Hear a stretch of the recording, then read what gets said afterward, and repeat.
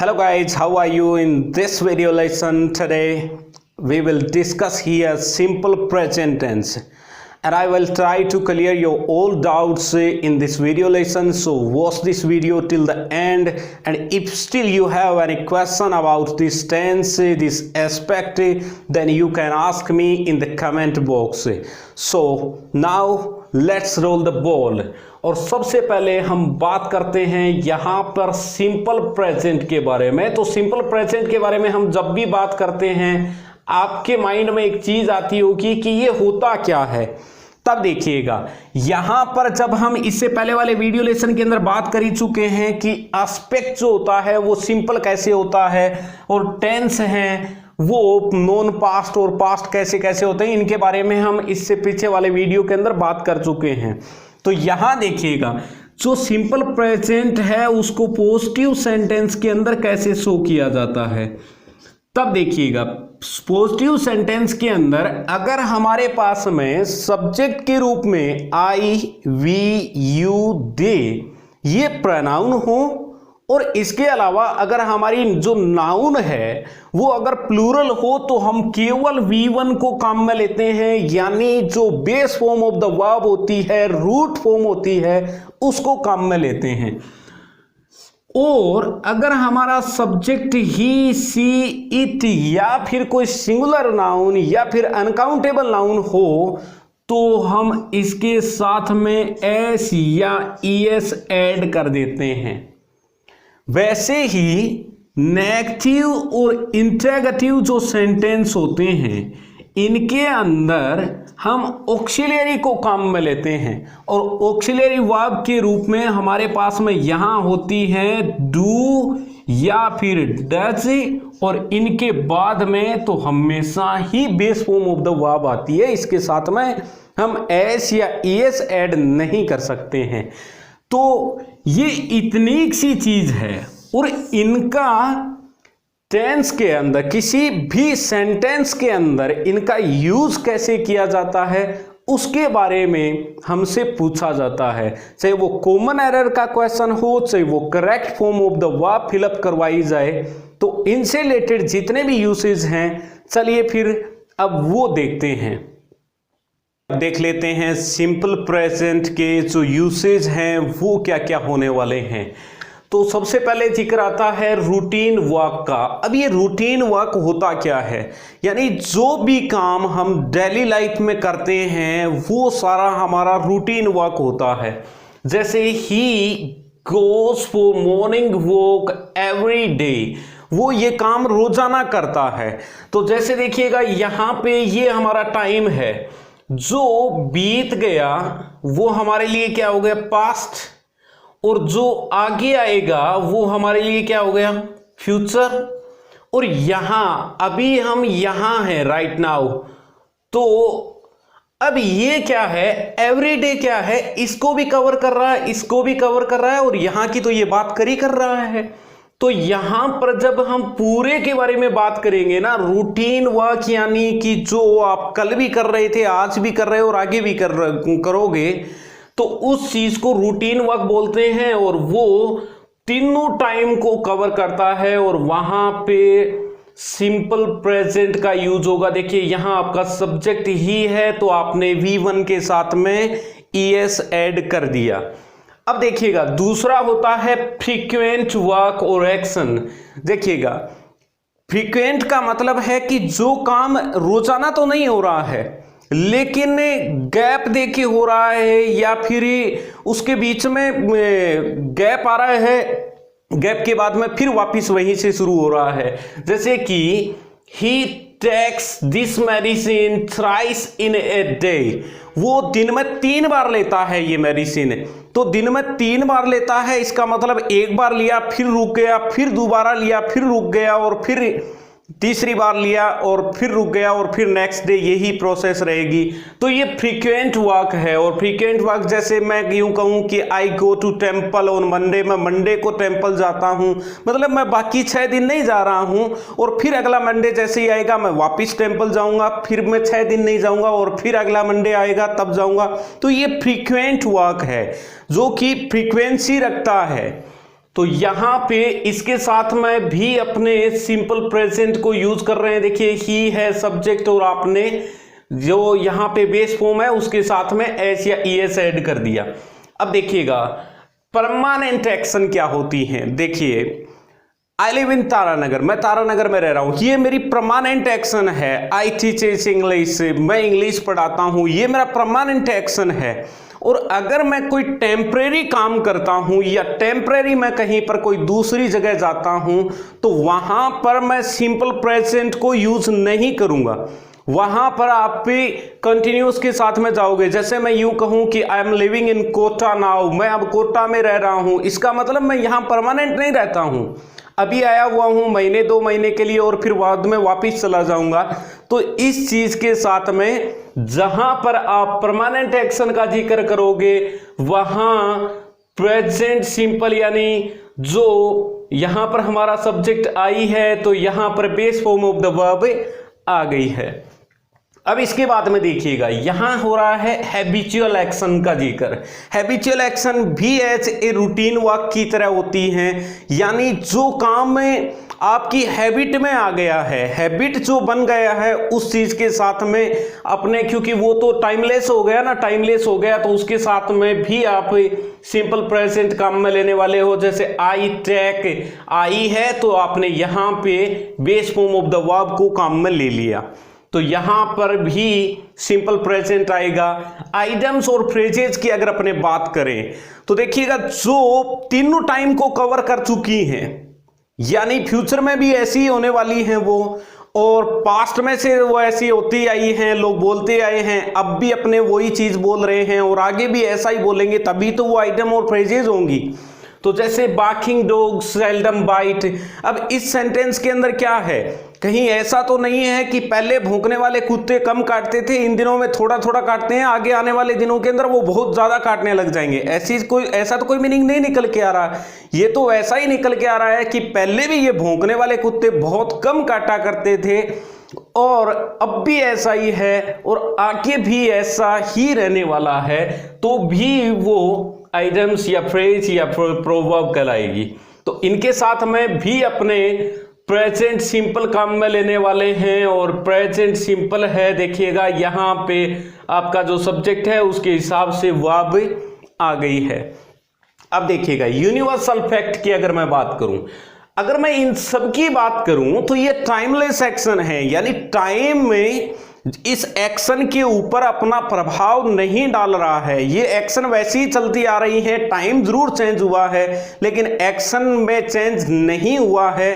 तो universal fact जहां जैसे मैं बात करूं वुड फ्लोट्स ऑन वाटर, तो ये चीज कोई एक दिन के लिए नहीं है, ये तो हमेशा के लिए है कि ये जब भी वुड को आप वाटर के ऊपर डालोगे तो वो क्या है वहां पर उसके ऊपर फ्लोट करने लग जाएगा, तो फ्लोट करने लग जाएगा। ये चीजें जो यूनिवर्सल ट्रूथ हैं उनके साथ में तो आपको सिंपल प्रेजेंट पे ही जाना है, जैसे बाकी इन सब के साथ में जा रहे हैं। अपने साइंटिफिक थ्योरी की बात करें, एक प्रकार से यूनिवर्सल फैक्ट ही हो गया, जो चीज है जो सब समय पर समान रूप से लागू हो, जैसे मतलब जो पास्ट में भी ऐसी थी, अगर थ्योरी है तो फिर ऐसी थी और अब भी ऐसी है और आगे भी ऐसी ही रहने वाली है। तो साइंटिफिक थ्योरी के अंदर जैसे इसमें कुछ एक चेंज नहीं होने वाला है, water boils at 100 degree Celsius, अब इसमें कोई चीज चेंज नहीं होने वाली है कि पहले है वो 50 के ऊपर ही हो जाया करता था, आगे जाके वो 90 पे हो जाएगा और एट प्रेजेंट में वो 100 डिग्री सेल्सियस पे हो रहा है। ऐसा नहीं होता है, जो तीनों टाइम के अंदर समान रूप से लागू रहे वही साइंटिफिक थ्योरी होती है। और साइंटिफिक थ्योरी के साथ में अपने काम में लेंगे सिंपल प्रेजेंट टेंस। देखिएगा आपका सब्जेक्ट यहाँ पे वाटर है, वाटर एक अनकाउंटेबल नाउन है और अनकाउंटेबल नाउन के साथ में अपने हमेशा singular form of the verb काम में लेते हैं, तो यहां पे बॉयल्स को ले लिया। फिर देखिएगा न्यूज़पेपर की जो हेडलाइंस होती हैं, न्यूज़पेपर की जो हेडलाइंस होती हैं उनको भी सिंपल प्रेजेंट में लिखा जाता है। जैसे द मेयर रिजाइन्स, मेयर ने रिजाइन दे दिया है, मतलब मेयर हैज रिजाइन्ड, मीनिंग तो इसका ये निकल के आएगा, लेकिन हेडलाइंस को हमेशा सिंपल प्रेजेंट के अंदर डाला जाता है इस प्रकार। लाइव स्पोर्ट्स कमेंट्री की अगर मैं बात करूं, इसके अंदर सस्पेंस रहेगा। सस्पेंस कुछ इस प्रकार का रहेगा कि लाइव स्पोर्ट्स कमेंट्री के साथ हर बार सिंपल प्रेजेंट का यूज नहीं किया जाता है जब तक कि वो एक्शन इंस्टेंट न हो, यानी जो चीज पलक झपकते ही हो जाए वहीं पर अपने सिंपल प्रेजेंट को काम में लेंगे। जैसे कि मैं बॉल फेंकता हूं, सामने बैट्समैन है, वो बॉल को हिट करता है। अब इन दोनों के बीच में टाइम नहीं लग रहा है, इंस्टेंट एक्शन हो रही है और इंस्टेंट एक्शन के साथ में हम सिंपल प्रेजेंट के साथ में चले जाएंगे। जैसे Rahul passes to Manan and it's goal, Rahul है वो मनन को पास करता है बॉल और मनन है वो गोल कर देता है। तो ये इनके अंदर टाइम नहीं लगा, यूं नहीं कि मनन है उस बॉल को आधे घंटे तक लेके बैठा रहा और कोई फिल्म चल रही थी कि भाई एंड के अंदर गोल करना है तो वो एंड के अंदर गोल करेगा, ऐसा कुछ नहीं है। उसके अंदर आई उसके पास में बॉल, उसने हिट किया और वो गोल की तरफ चली गई। अब इसके साथ में देखिएगा, जैसे मैं यूं कहूं कि the fielder is running behind the ball, fielder है वो बॉल के पीछे दौड़ रहा है, यहां मतलब टाइम लग रहा है। फील्डर है वो दौड़ रहा है, आगे आगे बॉल भी तो दौड़ रही होगी, आगे आगे बॉल भी तो जा रही होगी। अब फील्डर भी दौड़ रहा है, बॉल भी आगे आगे जा रही है, तो दोनों को बीच में जो गैप है उस गैप को कम करने में या उस बॉल तक पहुंचने में थोड़ा टाइम जरूर लगेगा। और टाइम लग रहा है इसलिए मैं कह रहा हूं the fielder is running behind the ball. Is running यानी अपने कंटिन्यूअस एस्पेक्ट के साथ में जा रहे हैं। तो वैसे ही इंस्टेंट एक्शन के साथ लाइव स्पोर्ट्स जो कमेंट्री होगी उनके अंदर सिंपल प्रेजेंट को काम में लेंगे।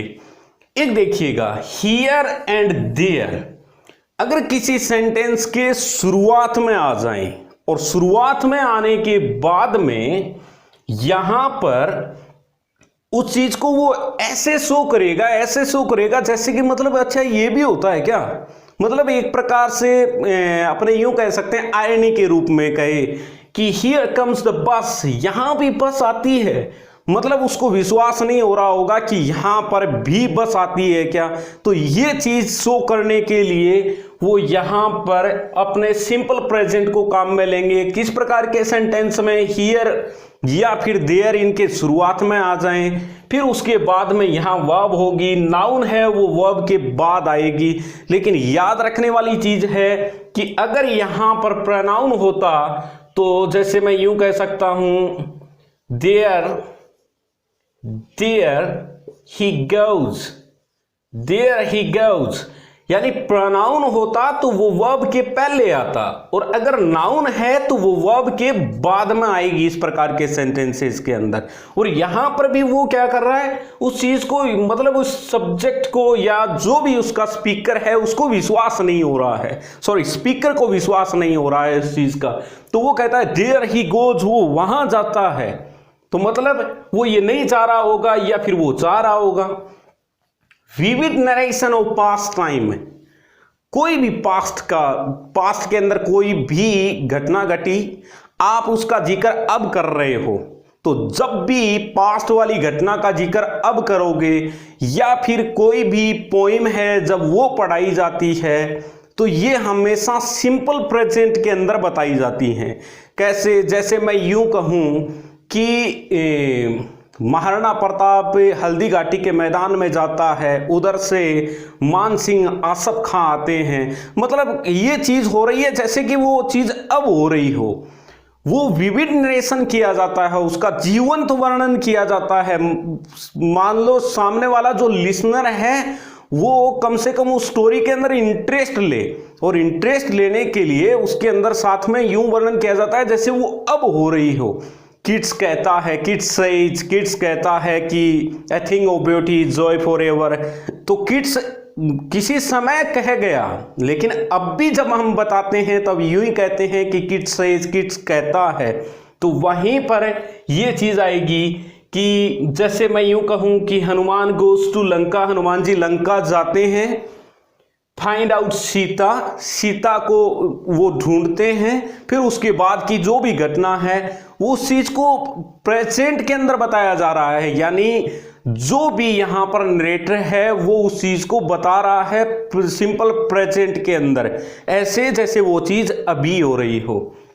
इसके अलावा अगर हम बात करें फिक्स टाइम टेबल की, यानी जिस चीज़ का शेड्यूल बन चुका है और जिस चीज़ का शेड्यूल बन जाए उसके साथ में तो वो घटना बिल्कुल फ्यूचर टाइम की है, लेकिन उसके साथ में हम सिंपल प्रेजेंट को काम में लेंगे। जैसे ही leaves he job next week, वो नेक्स्ट वीक को अपनी जॉब छोड़ने वाला है, लेकिन उसने अपना दिमाग के अंदर ये चीज़ पहले से ही फिट कर ली है कि नेक्स्ट वीक को मुझे अपना जॉब छोड़ना है, या फिर उसने ऐसा किसी को अवगत करवा दिया होगा, या फिर कोई अगर आए जाए, या फिर कोई सी एग्जाम से रिलेटेड कोई टाइम टेबल है वो आए, तो इन सब के साथ में सिंपल प्रेजेंट टेंस को हम काम में लेते हैं। नेक्स्ट है in clauses of time and conditions. ये इसके साथ में मैंने स्टार लगा रखा है, क्या कारण है? ये बहुत ज्यादा इंपॉर्टेंट होने वाला है रूल ये, और इस रूल के अंदर से अगर सिंपल प्रेजेंट के अंदर से कोई क्वेश्चन निकलता है तो वो यहां से लगभग 90% चांस होते हैं कि चाहे वो कॉमन एरर के रूप में पूछे, चाहे वो correct form of the verb fill up करवाए आपसे, यहां से क्वेश्चन पुटअप होने के चांस रहते ही रहते हैं। तो इसको अपने अलग से देखेंगे। तो मेरे हिसाब से आपके ये सारी चीजें समझ में आ गई होंगी। यानी यहां पर अगर मैं बात करूं एक सारांश के रूप में अगर बात करूं ना, तो यहां पर बात हो रही है टाइमलेस एक्शन की। यानी जो भी एक्शन जो टाइमलेस होगी, टाइमलेस एक्शन के साथ में सिंपल प्रेजेंट को ही काम में लेना है। टाइमलेस, टाइम का यानी जहां पर लेस इफेक्ट हो ही नहीं, वहां पर हम सिंपल प्रेजेंट को काम में लेंगे। तो अब देखते हैं in clauses of time and conditions. अब बात कर लेते हैं अपने टाइम क्लोज और कंडीशनल क्लोज के बारे में। तो जो टाइम क्लोज होता है उसकी जो शुरुआत होगी वो होगी इन वर्ड से, when, after, before, till, until, as soon as. ये सब कंजक्शंस आपको मिलने वाले हैं टाइम क्लोज से पहले। और यहां पर अगर हम कंडीशनल क्लोज की बारे में बात करें तो if, unless, provided, in case, ये सारे वर्ड आपको कंजक्शन के रूप में मिलने वाले हैं इस क्लोज से पहले। तो यहां पर देखिएगा टाइम क्लोज हो चाहे वो कंडीशनल क्लोज हो, इन दोनों के साथ में एक कंडीशन रहेगी। वो कंडीशन क्या रहेगी कि जो भी इसका मेन क्लोज होगा अगर वो नॉन पास्ट का है, नॉन पास्ट का मेरा बोलने का मतलब है कि वो प्रेजेंट या फिर फ्यूचर टाइम का है, तो हमारा जो टाइम क्लोज होगा या कंडीशनल क्लोज होगा वो हमेशा सिंपल प्रेजेंट में लिखा जाएगा। इतनी सी चीज है। पहली चीज क्या, हमें क्या चीज पहचाननी है कि हम क्या ये सेंटेंस के अंदर ये पहचान पाते हैं कि कौन सा टाइम क्लोज है और कौन सा मेन क्लोज है। दूसरी चीज हमें ये देखना है कि अगर हमें पता चल गया वो कंडीशनल क्लोज या फिर टाइम क्लोज का सेंटेंस है, तो अब हमें ये देखना है कि जो मेन क्लोज है वो नॉन पास्ट का है या फिर पास्ट का है। अगर वो नॉन पास्ट का हो तो हम टाइम क्लोज और कंडीशनल क्लोज के अंदर सिंपल प्रेजेंट के साथ में जानेंगे। जैसे देखिएगा ये सेंटेंस है he will come out, he will come out, और एक है व्हेन द बॉल रिंग। अब देखिएगा यहां पर दो क्लोज मैं बोल रहा हूं ना, इसका मतलब यहां पर दो ही सब्जेक्ट होंगे और दो ही फाइनाइट वर्ब होंगी। तो एक तो ये रहा बेल रिंग, और एक ये सब्जेक्ट हो गया ही, और विल कम क्या हो गई, वर्ब हो गई, फाइनाइट वर्ब हो गई। फाइनाइट वर्ब जो अपने सब्जेक्ट के अनुसार आए, टेंस को, इन सब चीजों को मानती है, वो चीज वो वर्ब फाइनाइट वर्ब होती है। अब देखिएगा यहां पर कौन सा जो पार्ट है वो मेन क्लोज का है और कौन सा पार्ट है वो टाइम क्लोज का है। इस चीज को देखते हैं अपने। वैन किसकी शुरुआत में आया है, इसकी शुरुआत में आया है। तो वैन के वाला जो पार्ट है ये पूरा का पूरा, वैन को बाहर नहीं छोड़ सकते अपने। कोई भी जो सबऑर्डिनेट क्लोज होता है, सबऑर्डिनेट क्लोज के अंदर जो सबऑर्डिनेट कंजक्शन होते हैं वो उसी का पार्ट होते हैं। तो यहां पर ये जो पार्ट है वो टाइम क्लोज है हमारा, क्योंकि वैन इसकी शुरुआत में आया है। इसके अलावा अगर ये कोई एक वर्ड होते यहां पे तो ये टाइम क्लोज होता। अब देखिएगा ये टाइम क्लोज है और यहां पर ये जो बच गया वो हमारा कौन सा है, मेन क्लोज है या फिर प्रिंसिपल क्लोज है। अब देखिएगा यहां कौन सा टेंस है, हमें मेन क्लोज के अंदर देखना है। मेन क्लोज के अंदर दे रखा है विल कम, तो विल कम अगर दे रखा है यहां पर तो हमें पता चल गया कि यहां पर नॉन पास्ट है। नॉन पास्ट का मतलब फ्यूचर टाइम दे रखा है। अब फ्यूचर टाइम दे रखा है तो यहां पर 100% यहां जो भी सब्जेक्ट होगा उसके अकॉर्डिंग वर्ब आएगी सिंपल प्रेजेंट की। बेल है सिंगुलर तो इसके साथ में यहां पे आपको एस ऐड कर देना है, रिंग्स होगा ये। तो इस प्रकार हमें ध्यान से देखना है। फिर दूसरा देखिएगा, ये दूसरा एग्जाम्पल है, जैसे कि एक तो ये पार्ट हो गया यहां तक, क्योंकि एक ये सब्जेक्ट हो गया और ये इसकी वर्ब हो गई। फिर हमारे पास में आता है अनटिल, अनटिल आ गया, इसके बाद फिर सब्जेक्ट है और फिर वर्ब है। ये आगे भी आ सकता है, यहां पर भी आ सकता है, ये क्लोज आगे पीछे हो सकते हैं। तो यहां देखिएगा ये अनटिल इसकी शुरुआत में आया है तो ये हमारा टाइम क्लोज है, और टाइम क्लोज है और ये हमारे लिए मेन क्लोज है। अब जो मेन क्लोज है उसके अंदर एक बार फिर फ्यूचर दे रखा है टाइम, तो यहां पे अनटिल के बाद ये जो सब्जेक्ट है इसके अकॉर्डिंग सिंपल प्रेजेंट की ही वर्ब आएगी। बस इतनी सी चीज का हमें ध्यान रखना है। दूसरा देखिएगा कंडीशनल क्लोज के अंदर भी यही चीज होगी।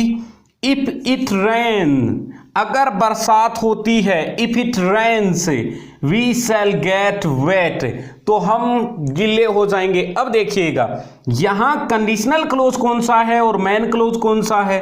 इफ इसकी शुरुआत में आया है तो इसकी शुरुआत में आया है तो ये हो गया आपका कंडीशनल क्लोज वाला पार्ट है और ये हो गया मेन क्लोज वाला पार्ट है।